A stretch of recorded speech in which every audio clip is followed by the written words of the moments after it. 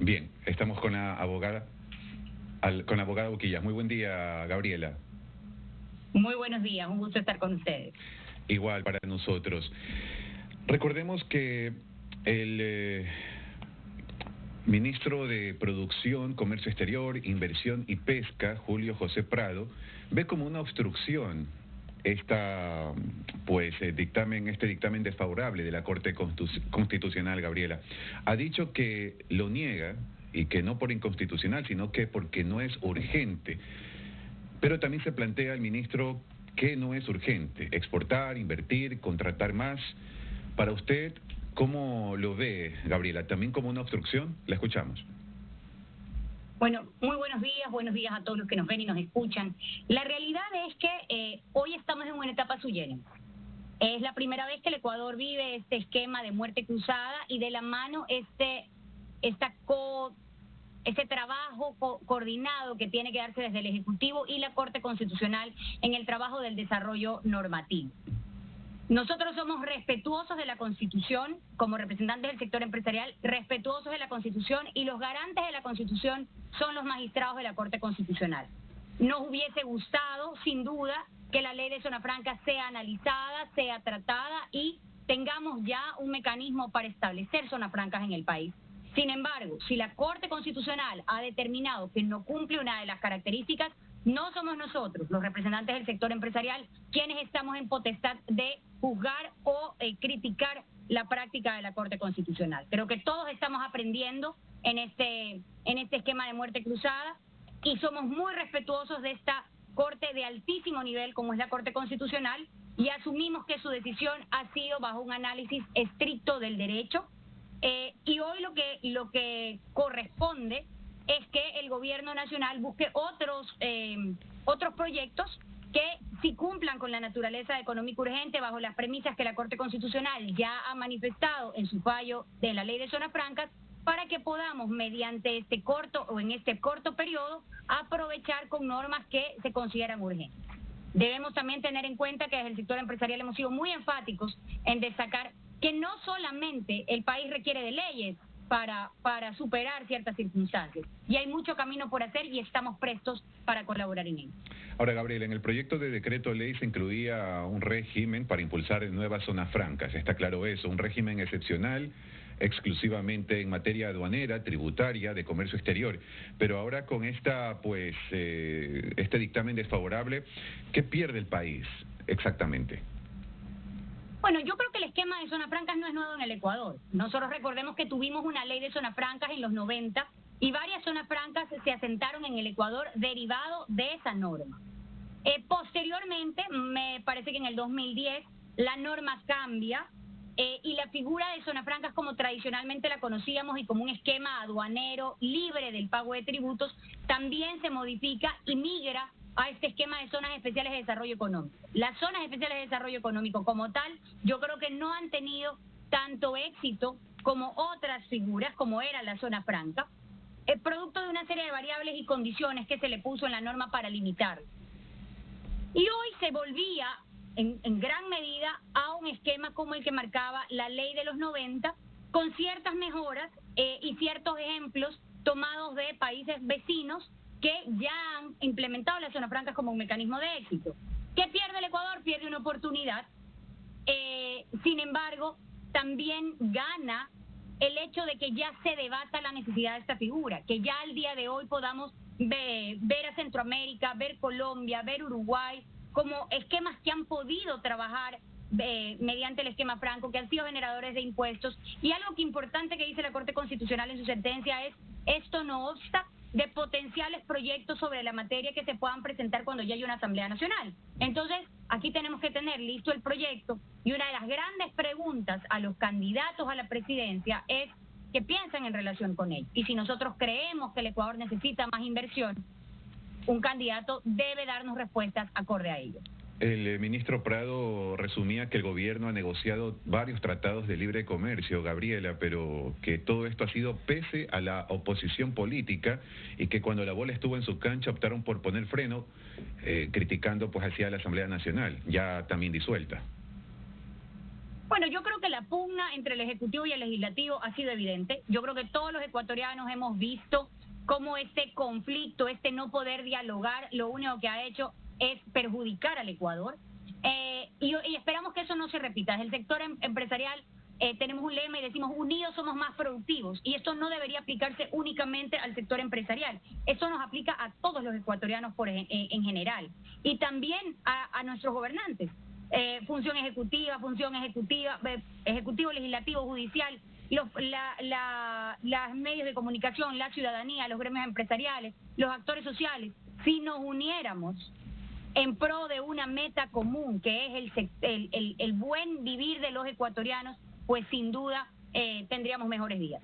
El gobierno, en todo caso, abogada Uquillas, buscaba a través de este proyecto, insiste en los distintos ministerios, ¿no? La generación de empleo, pues que a su vez cree riqueza, por eso lo consideraba como una necesidad urgente e impostergable al ser enfrentada pues a través de atracción de inversiones, particularmente con la apertura de zonas de inversión. Pero usted lo ha dicho, ¿no? Esto no está descartado cuando ya haya un nuevo gobierno y que se siente a negociar con una nueva asamblea.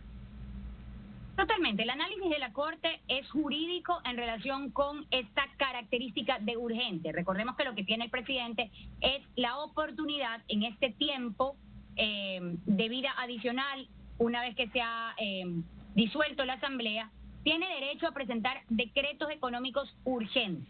Y la Corte Constitucional ha hecho un análisis sobre esta última característica, la de urgente, y nos parezca o no a los empresarios, a los ciudadanos en general, debemos ser respetuosos de la Constitución, respetuosos de nuestras autoridades y respetar lo que la Corte Constitucional, los magistrados, han determinado al respecto. Recordemos además que es un fallo prácticamente unánime, todos llegan a la misma conclusión y eso nos lleva a pensar que han fundamentado su decisión en la base jurídica.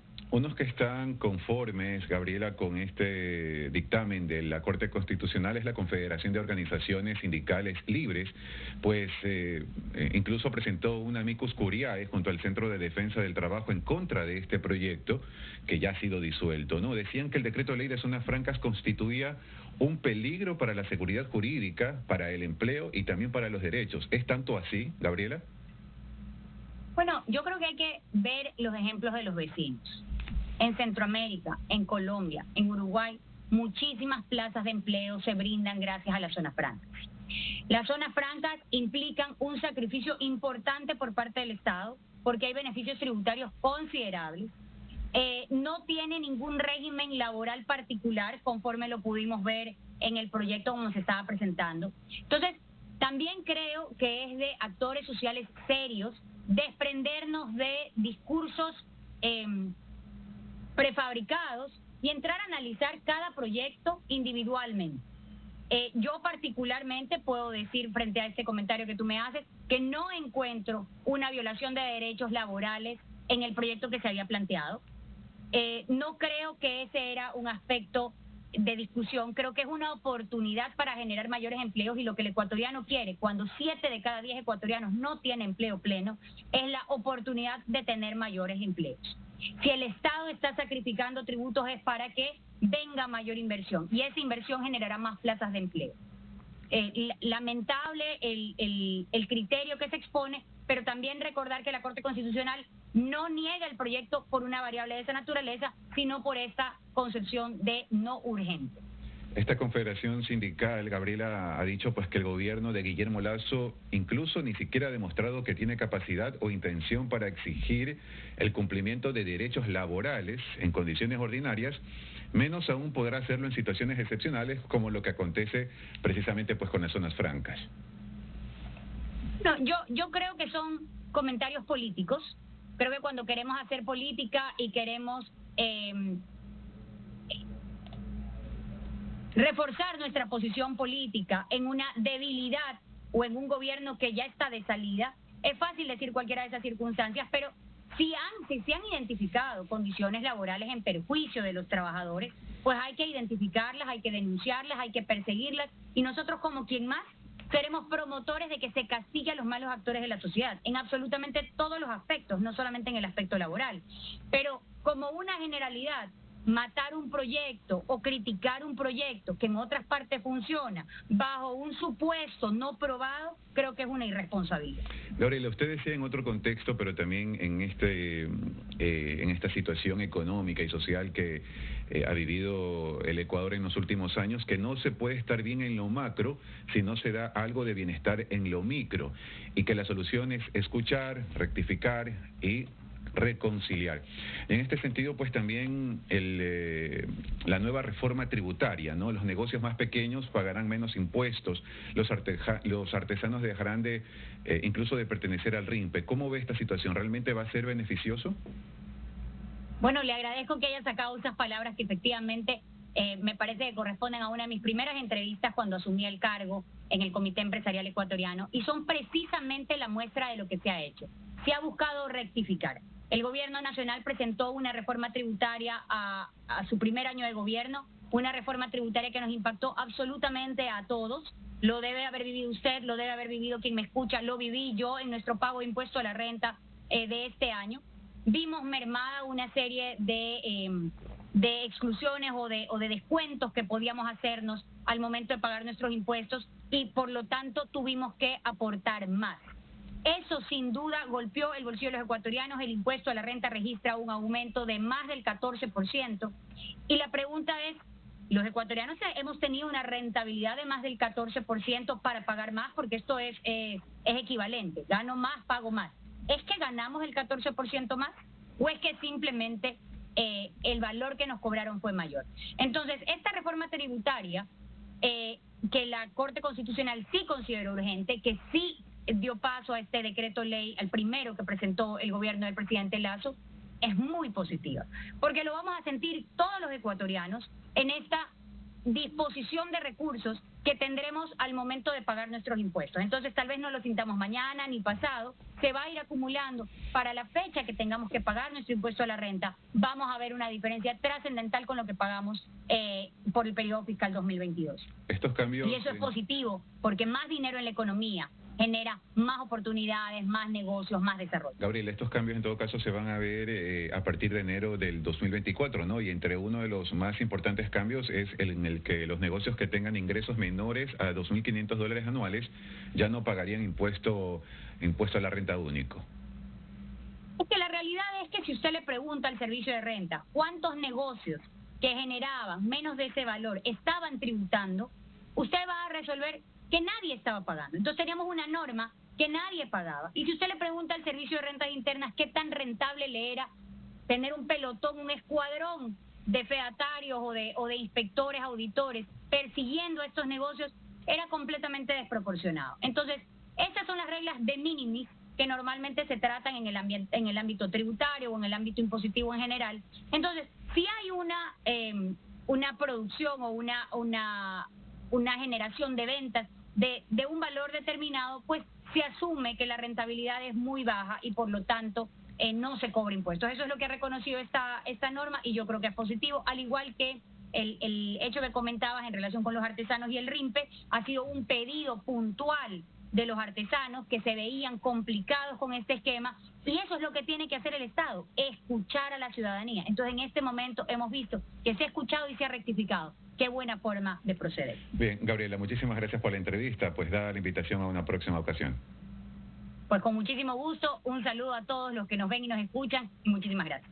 Hemos estado con la abogada Gabriela Uquillas, directora del Comité Empresarial Ecuatoriano, analizando el dictamen de la Corte Constitucional que dio paso a la reforma tributaria, pero el decreto sobre zonas francas no pasó. 8:40, regresamos enseguida con más, aquí en UCCG Noticias.